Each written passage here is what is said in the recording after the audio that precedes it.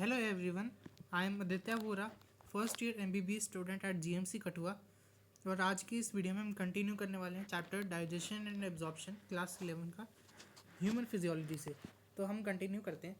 Last time हमने कर लिया था पैंक्रियाज तक, यानी डाइजेस्टिव सिस्टम तक। तो हम आज स्टार्ट करेंगे digestion of food. The process of digestion is accomplished by mechanical and chemical processes. अभी कैसे होता है हम इसको डिटेल में करते हैं। Buccal cavity performs two major functions. क्या? Mastication of food and facilitation of swallowing. Mastication का मतलब मैंने आपको पिछली वीडियो में बताया था। जो जो इस वीडियो को देख रहे हैं वो लोग कमेंट करें कि मैस्टिकेशन का मतलब क्या है। The teeth and tongue with the help of saliva masticate and mix up the food thoroughly.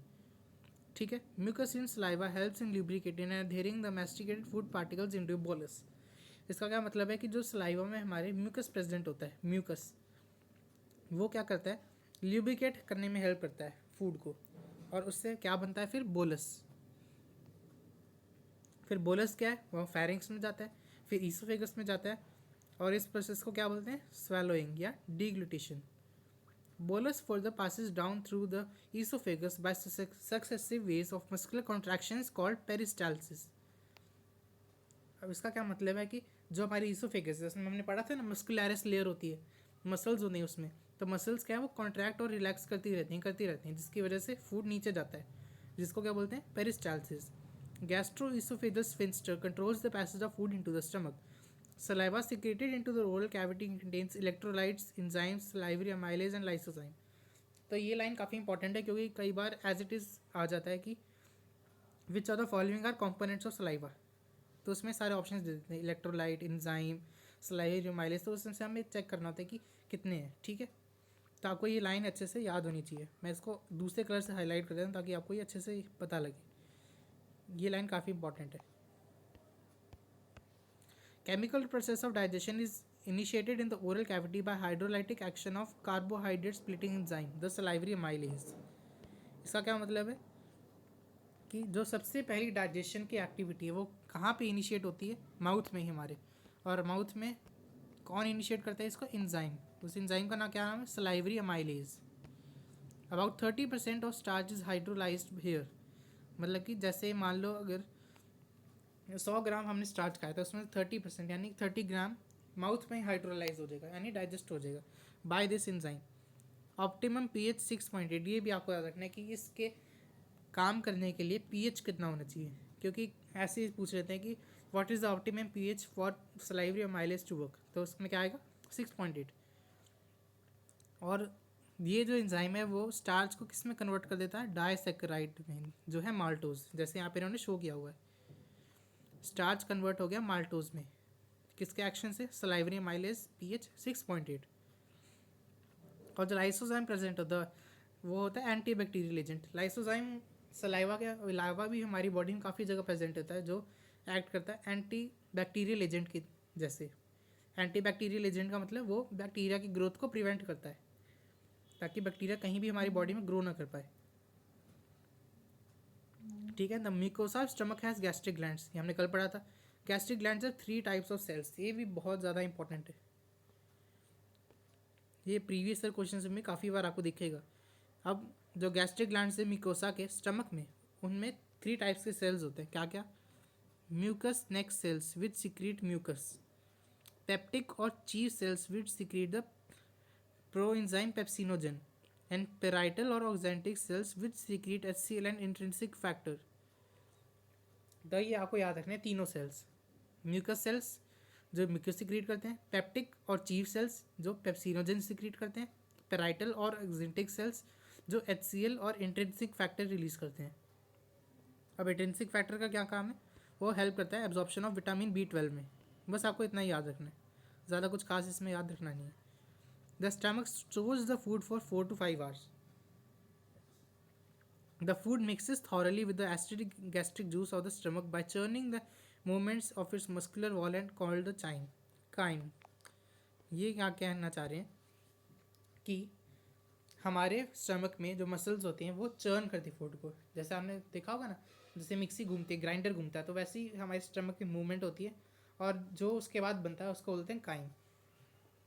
और ये सारा किस में होता है? एसिडिक मीडियम में. The proenzyme pepsinogen on exposure to hydrochloric acid gets converted into active enzyme Pepcid.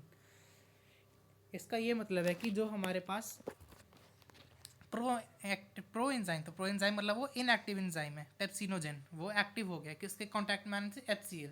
HCl हमारे stomach में प्रेजेंट होता है. और फिर प्रोटियोलिटिक एंजाइम है, मतलब जो पेप्सिनोजन है वो है प्रोटियोलिटिक एंजाइम, मतलब प्रोटीन्स को तोड़ने वाला.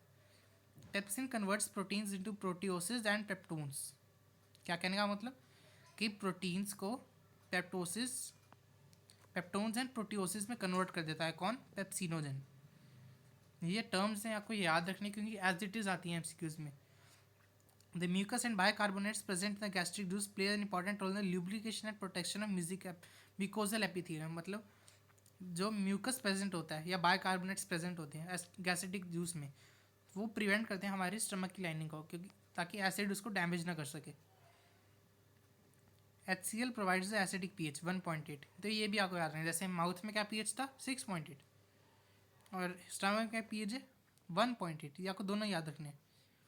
Rennin is a proteolytic enzyme found in gastric juice of infants which helps in digestion of milk proteins. ये भी इंपॉर्टेंट है कि एक इन्फेंट्स में स्पेशली पाया जाता है एक एंजाइम रेनिन. वो किस में हेल्प करता है? मिल्क प्रोटीन की डाइजेशन. क्यों? क्योंकि इन्फेंट्स जो है वो तो आपको पता ही मिल्क ही लेते हैं, तो मिल्क में जो प्रोटीन्स होते हैं उसके डाइजेशन के लिए क्या हेल्प करता है? Rennin.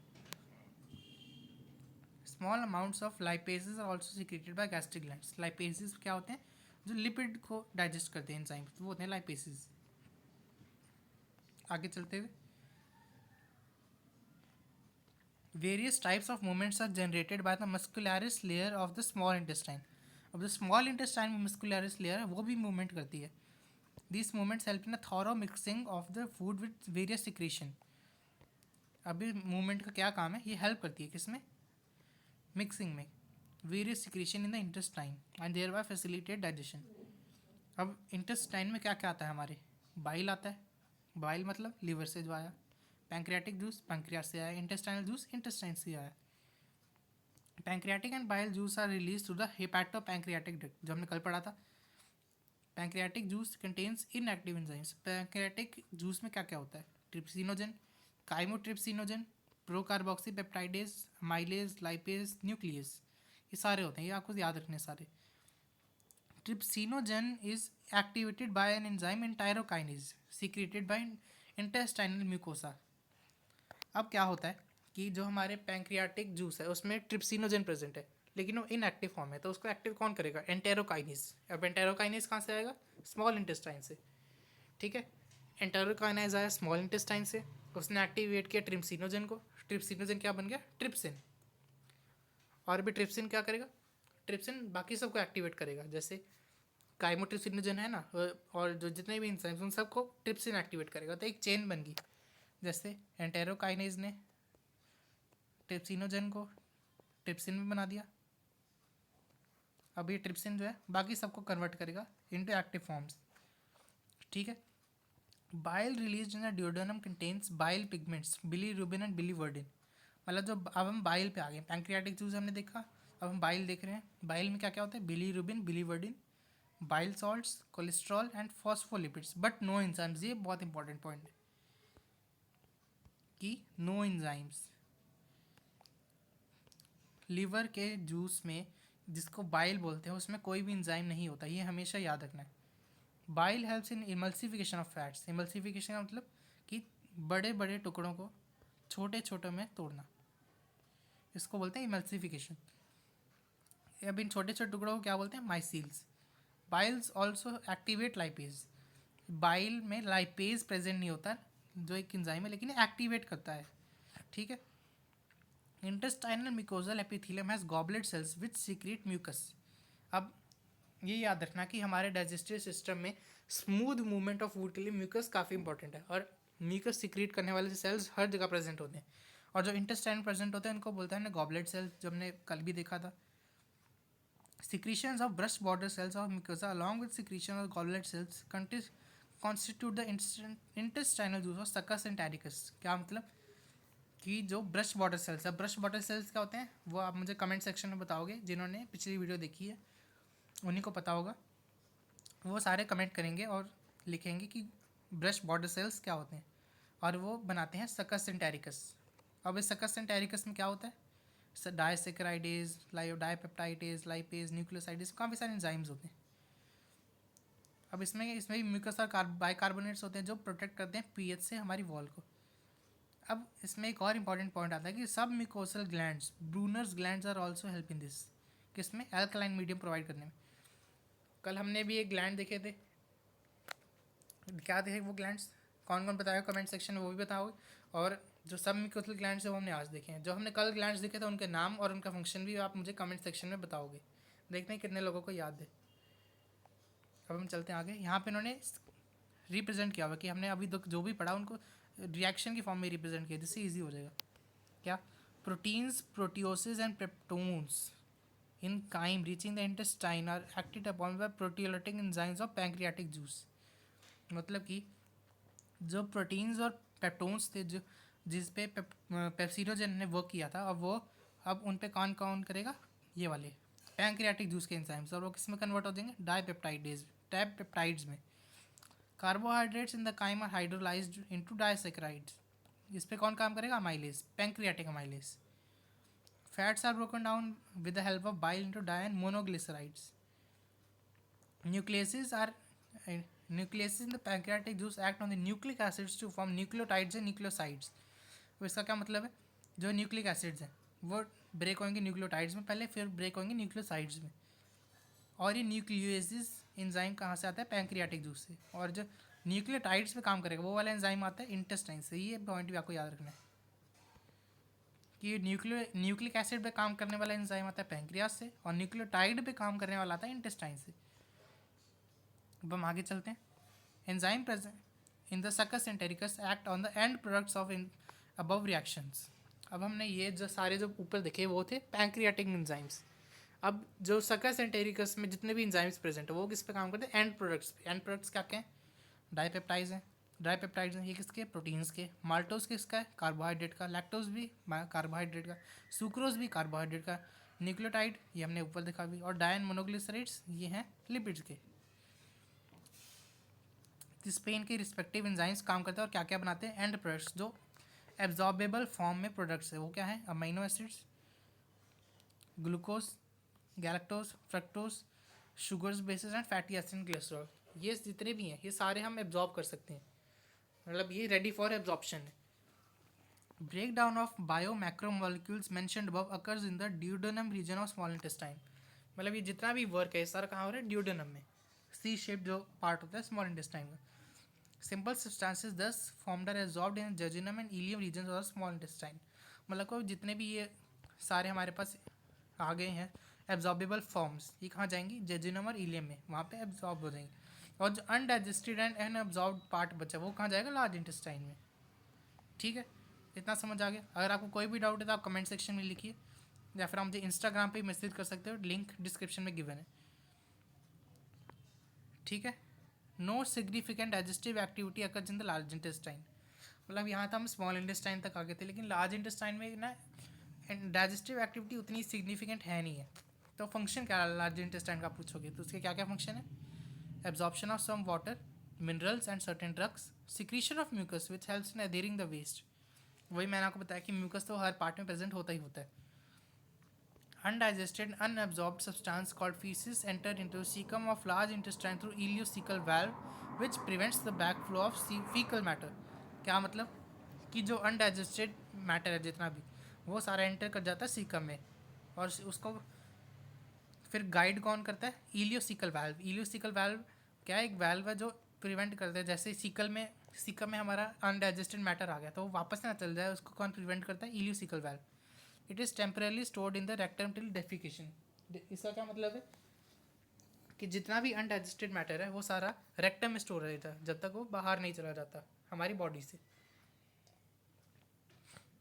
The activities of gastrointestinal tract are under neural and hormonal control. मतलब कि जितनी भी हमारी गैस्ट्रिक एक्टिविटी हो रही है, डाइजेस्टिव एक्टिविटी हो रही है, उसको कंट्रोल कौन करेगा, न्यूरल और हार्मोन। साइट, स्मेल और presence of food in the oral cavity can stimulate the secretion of saliva. मतलब अगर हम फूड को देख रहे हैं या हमारी स्मेल आई या फिर हमें लग रहा है कि हमें खाया है फूड, तो सलाइवा उससे सीक्रेट होएगा। जैसे कहते हैं ना, उसको देख के मुंह में पानी आ गया खाने की चीज़ को देख के, तो वही बात है। Gastric and intestinal juice are also similarly stimulated by neural signals. Muscular activities of different parts of alimentary canal can be moderated by neural mechanisms, both local and through CNS. मतलब कि जितनी मसल्स की activity है हमारी पूरे digestive system में, उसको हमारा ब्रेन और स्पाइनल कॉर्ड कोऑर्डिनेट कर सकता है। और हमारे हार्मोन्स भी, यानी जैसे कि hormone control of the secretion digestive system is carried by local hormones. Local hormone मतलब कि जो वहाँ पे ग्लैंड प्रेजेंट है वही छोटे मोटे हार्मोन्स बना देते हैं, वहीं पे रेगुलेट कर लेते हैं। ठीक है, अब यहाँ पे एक बॉक्स दिया हुआ है कैलोरीफिक वैल्यू का। कैलोरीफिक वैल्यू क्या होती है, जो आपने केमिस्ट्री में पढ़ा होगा कि अगर हम 1 ग्राम ऑफ वाटर को, जैसे हम डेफिनेशन पढ़ ही लेते हैं कि if often measured as calorie which is amount of heat energy required to raise the temperature of 1 gram of water by 1 degree Celsius. ये है कैलोरीफिक वैल्यू की डेफिनेशन। और क्या मतलब है कि अगर हम 1 ग्राम ऑफ वाटर का टेम्परेचर हमें 1 डिग्री बढ़ाना हो तो उसके लिए कितनी हीट लगेगी, वो होता है कैलोरीफिक वैल्यू। ऐसे अगर वाटर को किसी चीज़ से रिप्लेस करते तो उस चीज़ की कैलोरीफिक वैल्यू बन जाती है। तो इसमें सिर्फ आपको ये याद रखना है कि ग्रॉस कैलोरीफिक वैल्यूज़ किसकी है, कितनी है, कार्बोहाइड्रेट प्रोटीन फैट की, और फिजियोलॉजिकल कितनी है, बस डायरेक्ट। बस आपको इतना याद रखना है, यही डायरेक्ट आ जाता है क्वेश्चन की with what is the physiological value, physiological calorific value of protein. तो आपको इसमें ऑप्शन सिलेक्ट करके करेक्ट ऑप्शन चूज़ करना है। ठीक है, इसमें कुछ खास समझाने वाला है नहीं, इसमें सिर्फ लर्न ही करना है। नीट में इसका आने के चांसेस कम है, लेकिन आपके टेस्ट वगैरह में आ सकते हैं। Absorption of digested products. अब हम यहाँ तक देखा है कि डाइजेशन तो होगी, अब एब्जॉर्ब कैसे होगा, मतलब हमारी बॉडी को कैसे मिलेगा वो सारा। Absorption is the process by which and products of digestion pass through the intestinal mucosa into the blood और लिम्फ। मतलब कि जितने भी सब्सटेंस है वो हमारे ब्लड में आ जाएंगे ताकि हम उसको यूटिलाइज कर सकें। It is carried out by passive, active और फैसिलिटेटेड ट्रांसपोर्ट। मतलब इसको एब्जॉर्प्शन करने के लिए 3 मेथड है हमारे पास, पैसिव, एक्टिव और facilitated. Small amounts of monosaccharide like glucose, amino acid, and some electrolytes like chloride ions are absorbed by simple diffusion. मतलब कि कुछ चीज़ें हैं जैसे कि यहाँ पे मेंशन किया हुआ, small amounts of monosaccharide like glucose है, अमाइनो एसिड है, वो किससे एब्जॉर्ब हो जाता है, सिंपल डिफ्यूजन से। However, some substances like glucose and amino acids are absorbed with the help of carrier proteins. तो ये आपको याद रखना है कौन सी चीज़ किस मेथड से हो रही है। जैसे कि अगर आपको पूछ ले कोई कि क्लोरीन आयंस है वो किस मेथड से एब्जॉर्ब हो रहे हैं, तो आप बोलोगे सिंपल डिफ्यूजन। और अगर आपसे कोई पूछे ग्लूकोज और अमाइनो एसिड्स किससे हो रहे हैं, तो आप बोलोगे सिंपल डिफ्यूजन से भी और कैरियर प्रोटीन से भी। अब कैरियर प्रोटीन वाले मेथड का एक और नाम है जिसको बोलते हैं फैसिलिटेटेड ट्रांसपोर्ट। ठीक है, वो हम आगे देखते हैं। Transport of water depends on the osmotic gradient. जैसे कि डिफ्यूजन किस पे डिपेंड करता है, कंसनट्रेशन ग्रेडियंट पे। वाटर डिपेंड करता है ऑस्मोटिक ग्रेडियंट पे। एक्टिव ट्रांसपोर्ट, अब हम एक्टिव ट्रांसपोर्ट पे आ गए। यहाँ तक हमने क्या देखा था, हमने देखा था सिंपल डिफ्यूजन देख लिया, फैसिलिटेटेड ट्रांसपोर्ट देख लिया और वाटर ग्रेडियंट देख लिया। अब हम देखें एक्टिव ट्रांसपोर्ट। एक्टिव ट्रांसपोर्ट अगर अगेंस्ट द कंसनट्रेशन ग्रेडियंट, मतलब ये कंसनट्रेशन ग्रेडियंट के उल्टा होता है and requires energy. Various nutrients like amino acids, glucose, electrolytes like Na+ are absorbed into the blood. ये भी आपको याद रखने की कि एक्टिव ट्रांसपोर्ट से कौन कौन होता है। Fatty acids and glycerol being insoluble are absorbed, can not be absorb directly into the blood. क्या मतलब कि जो लिपिड्स के एंड प्रोडक्ट्स हैं, फैटी एसिड्स एंड ग्लिसरॉल, वो है ना इनसॉल्युबल होते हैं ब्लड में, तो उनको हम डायरेक्टली ऐसे ही एब्जॉर्ब नहीं कर सकते हैं। उनके लिए हम क्या स्पेशल करना पड़ता है, they are first incorporated into small droplets called micelles. वो मैंने आपको पिछले पेज पे बताया कि छोटे छोटे टुकड़े बना देते हैं, which move into the intestinal mucosa. अब माइसील्स है वो एज इट इज़ मिकोसा में आ जाती हैं। They reformed into very small protein coated fat globules called chylomicrons. मतलब जैसे कि अगर हमारे पास एक माइसील थी तो उसके ऊपर क्या है, एक प्रोटीन की लेयर आ जाती है, ऐसे प्रोटीन की लेयर क्या है, वो अंदर वाले लिपिड को बचाती है, तो इसको क्या बोलते हैं, chylomicron, which is transported in through lymph vessels in the villi. अभी काइलोमाइक्रोन जो ब्लड की जगह जाने में लिम्फ में जाता है, लिम्फ किसके थ्रू, लैक्टियल के थ्रू। जो हमने पिछली वीडियो में देखा था। These lymph vessels ultimately release the absorbed substances into the blood stream। अब हमें पता ही है कि लिम्फ जितनी वेसल्स है लिम्फ की वो सारी अल्टीमेटली कहाँ खुल जाती है, वेन्स में। वेन्स में क्या होता है, ब्लड। ठीक है। Absorption of substances take place in different parts of the alimentary canal like mouth, stomach, small intestine, large intestine. मतलब स्मॉल इंटेस्टाइन के अलावा भी काफ़ी जगह पे एब्जॉर्प्शन हो जाती है कुछ कुछ सर्टेन चीज़ों की, और वो इस टेबल में मैंशन है। तो ये टेबल भी आपको याद रखना है। उतना इंपॉर्टेंट तो नहीं है लेकिन इंपॉर्टेंट है, क्योंकि पूछ लेते हैं कई बार कि name the principal organ for absorption nutrients, तो आप क्या बोलोगे, स्मॉल इंटेस्टाइन। और आपसे पूछ ले कि एब्जॉर्प्शन ऑफ शुगर कहाँ होती है, तो आप क्या क्या बोलोगे, माउथ बोल सकते हो, स्टमक बोल सकते हो, स्मॉल इंटेस्टाइन बोल सकते हो। ठीक है। अब हमारे पास सब्सटेंस एब्जॉर्ब हो गए, फिर क्या होगा, absorb substances finally reach the tissues which utilize them for the activities, this is called assimilation. मतलब एब्जॉर्ब तो कर लिया, हमारे ब्लड में तो आ गए सब्सटेंस, अब वो सब्सटेंस जाएंगे ब्लड के थ्रू जहाँ जहाँ उनकी नीड होगी। जैसे अगर हम मस्कुलर एक्टिविटी कोई कर रहे हैं तो कार्बोहाइड्रेट्स की नीड होगी, तो वो मसल्स में चले जाएंगे जहाँ उनके यूज़ हो जाएंगे। इसको क्या बोलते हैं, assimilation. Digestive waste is solidified into coherent feces in the rectum, initiate a neural reflex causing an urge or desire for its removal। क्या मतलब, जितना भी अनडाइजेस्टेड मैटर है वो सारा रेक्टम में इकट्ठा होता रहता है, और जब वो एक लिमिट से ज़्यादा इकट्ठा हो जाता है तो फिर वो ब्रेन तक सिग्नल जाता है कि इसको रिमूव करना है, तो फिर ब्रेन जो है वो रिमूव करवा देता है उसको। The egestion of faeces outside through the anal opening is voluntary process. क्या मतलब इसका ये मतलब है कि ब्रेन आप रेक्टम को सिग्नल भेजता है कि अब इस डाइजेस्टिव मैटर को बाहर निकाल दिया जाए, और उस प्रोसेस को बोलते हैं डेफिकेशन। और जो ये प्रोसेस है ये पूरी तरह से वॉलेंट्री होता है। वॉलेंट्री क्यों, क्योंकि इसमें इन्वॉल्व जो मसल्स है वो वॉलेंट्री मसल्स होती हैं, जो स्केलेटल मसल्स हैं, जो आपने टिश्यूज चैप्टर में पढ़ा होगा। ठीक है। And is carried out a mass peristaltic movement. Mass peristaltic movement का मतलब, पेरिस्टाल्सिस हमने देखा था ना अभी, कि मूवमेंट ऑफ मसल्स।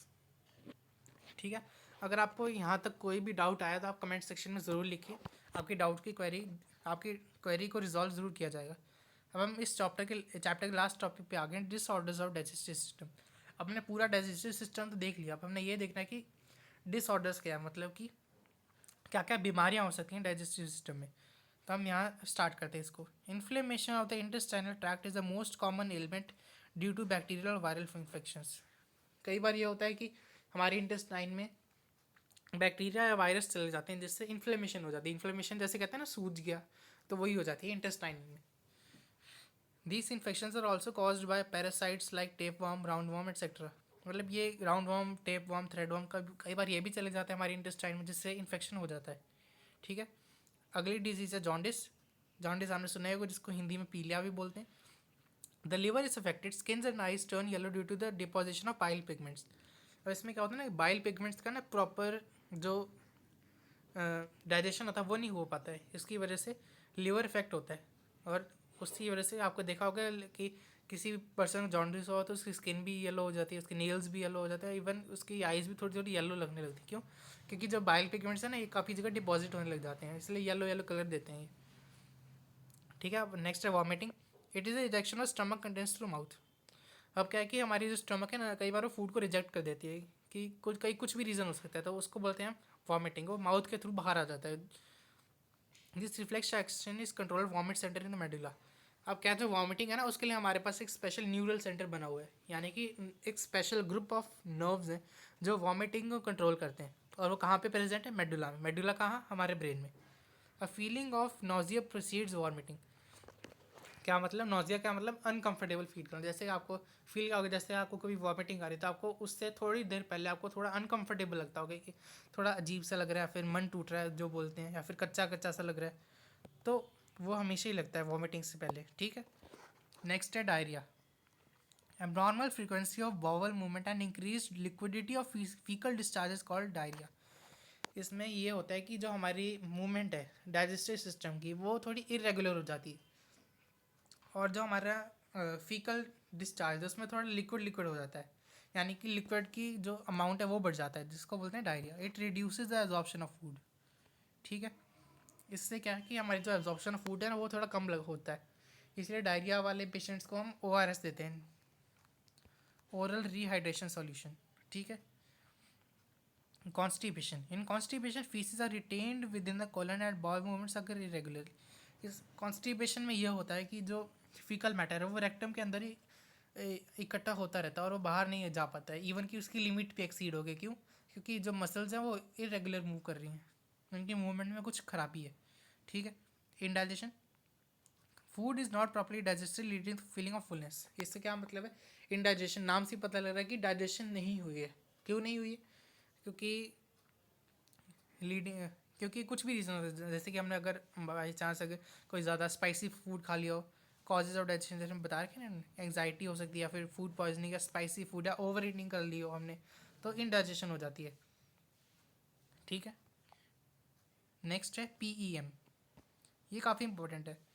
PEM की फुल फॉर्म क्या है? प्रोटीन एनर्जी मैल न्यूट्रिशन। इसको हम पूरा देखेंगे, एक सेकेंड।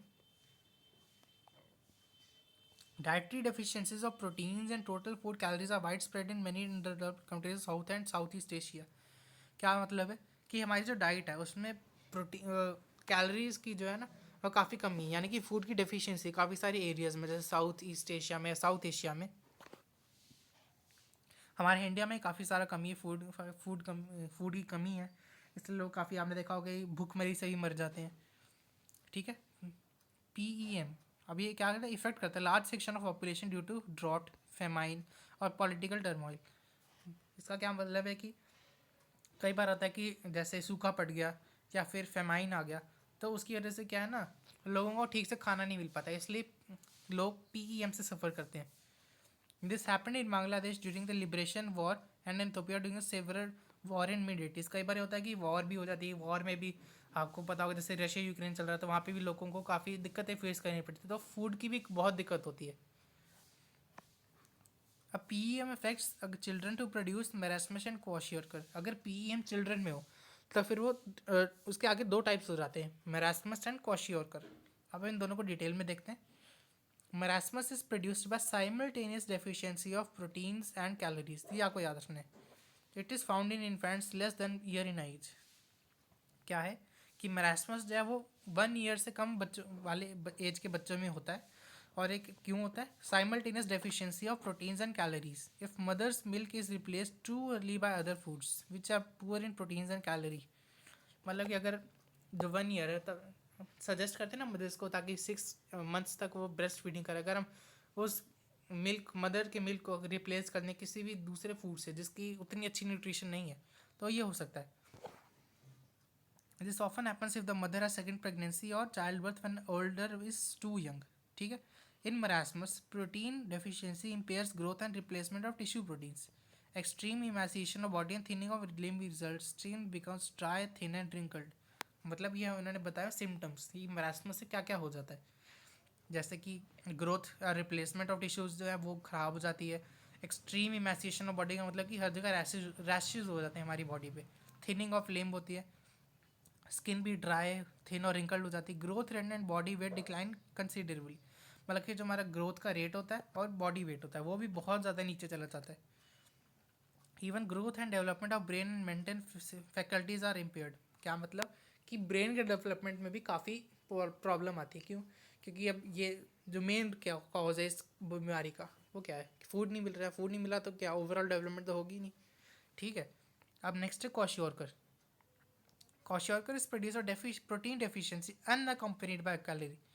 इसका क्या मतलब है? मेरास्मस में प्रोटीन और कैलोरी दोनों की डेफिशिएंसी है, और क्वाशियोरकर में क्या सिर्फ प्रोटीन की डेफिशिएंसी है। It results from replacement of mother's milk by high calorie, low protein diet in child more than 1 year in age। क्या मतलब कि अगर जिस बच्चे की एज 1 ईयर से ज़्यादा है और उसको हम हाई कैलोरी वाला तो दे रहे हैं खाना लेकिन प्रोटीन कम है, तो उसको क्या बोलते हैं? क्वाशियोरकर। उससे क्वाशियोरकर डिजीज़ हो जाती है। Like marasmus, kwashiorkor shows wasting of muscles. Wasting of muscles मतलब मसल्स ठीक से डेवलप नहीं हो पाते। क्यों? क्योंकि मसल्स जो हैं प्रोटीन्स चाहिए होता है उनको डेवलप होने के लिए। अब प्रोटीन ही नहीं है तो मसल्स कहाँ से डेवलप होंगे? Thinning of limbs, failure of growth and brain development. Some fat is still left under the skin, moreover extensive oedema and swelling of body parts are seen. इसका क्या मतलब है कि अब कैलोरीज तो है ही है फूड में, तो जो क्या है ना थोड़ा थोड़ा फैट हमारी स्किन के नीचे रह जाता है, तो उसकी वजह से क्या होता है? एक्सटेंसिव एडिमा होता है। एडिमा का मतलब स्वेलिंग ऑफ बॉडी। ठीक है। एडीमा में क्या होता है कि जो हमारा स्टमक होता है वो काफ़ी फूल जाता है, मटके जैसी शेप ले लेता है, ठीक है। और स्वेलिंग ऑफ बॉडी पार्ट्स वो तो होता ही है, ठीक है। तो ये था पीएम के बारे में। तो हमने आज की इस वीडियो में ये डाइजेशन एंड एब्जॉर्प्शन वाला पूरा चैप्टर कंप्लीट कर लिया। तो आज की इस वीडियो में हम इतना ही था। अगर आपको कोई भी डाउट है इस चैप्टर के रिलेटेड या फिर मेरे से अगर आपको कोई पर्सनल डाउट पूछना है तो आप मुझे कमेंट सेक्शन में लिखिए, या फिर आप इंस्टाग्राम पे भी डायरेक्ट मैसेज कर सकते हैं, लिंक बायो में गिवन है, डिस्क्रिप्शन में, सॉरी। लाइक कीजिए, शेयर कीजिए, कमेंट कीजिए वीडियो को, एंड थैंक्स फॉर वॉचिंग।